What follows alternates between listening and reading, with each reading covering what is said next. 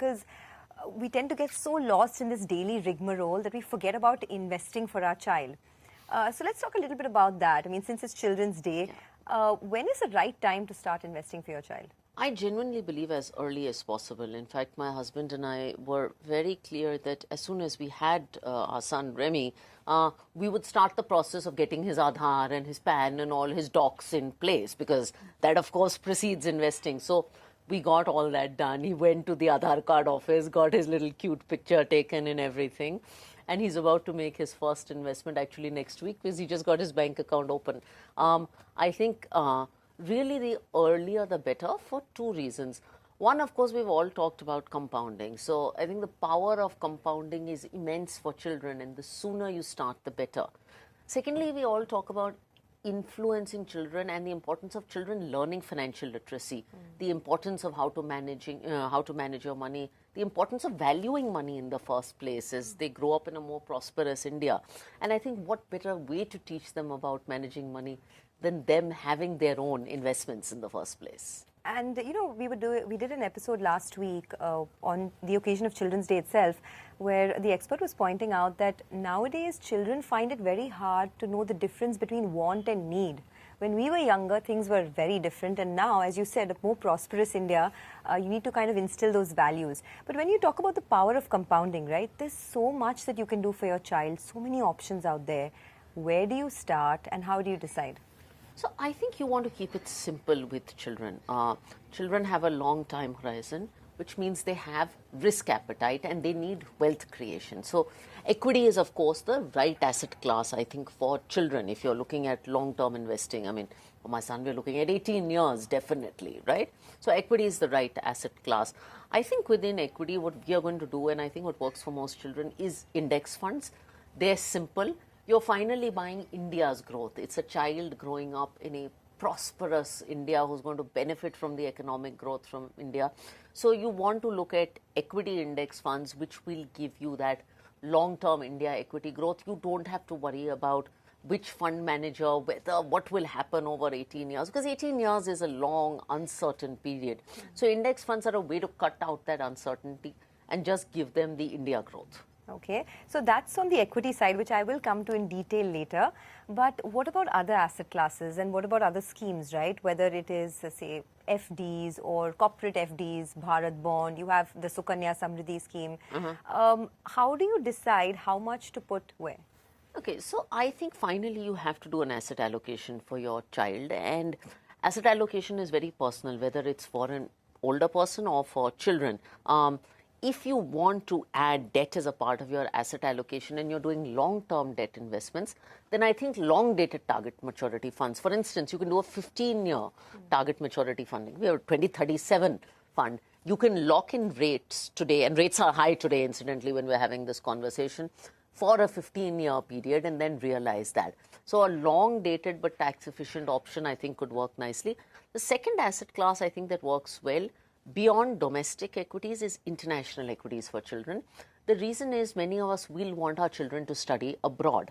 Now, when I graduated from college from Wharton, fees were 40,000 US dollars, and I think the exchange rate was 40 or 50.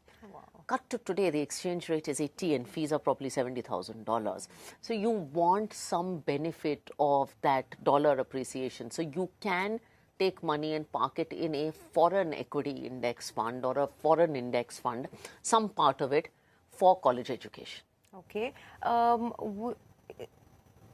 So you said foreign equity fund for, college education, right? If you had to look a little more deeper into the Indian equity space, if you want to sort of start, now I have a 5-year-old and I want to start investing for him. How do you decide whether I need to get into large caps, mid caps, small cap funds? What should the kind of portfolio look like, the model portfolio? So children, because they have risk appetite, I think some kind of multi-cap approach works to children.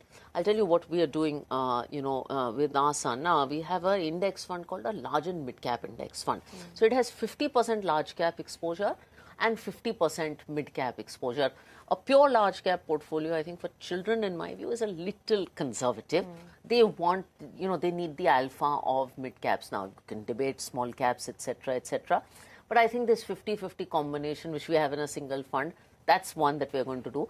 An SIP approach works well for children. So parents can start saving month on month, take a portion of their monthly savings and just allocate it to the child, and then they can top up the SIP as incomes rise, needs rise, etc. So I think a blend of large and mid cap or some kind of multi-cap approach works really well. Okay, and within passive funds, what are the options that you would suggest? Say, for children, I will come to actively managing your portfolio next, but within passive funds itself, what's the approach? So I think the passive equity fund range is very vast today. That is the good news. And it's very confusing as well, right? For people who, for you and me who've tracked the markets for long, we know our way through. But every other parent I meet tells me that I'm so confused, I don't know where to put the money. Seriously, because there are large cap things, there's small cap things, there's smart beta things. What do you do?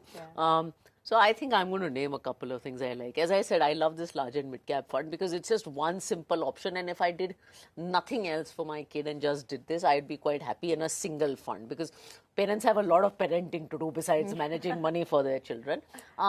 Within equity index funds, there are also other options. So you can create your own combinations. You have mid-cap passive funds, you have small-cap passive funds, you have Nifty and Next 50. So you can take all of these and make your own combination of a multi-cap portfolio. So that's one very nice thing you can do. I think those are, and then you have a bunch of debt passives, as I said, that work really well.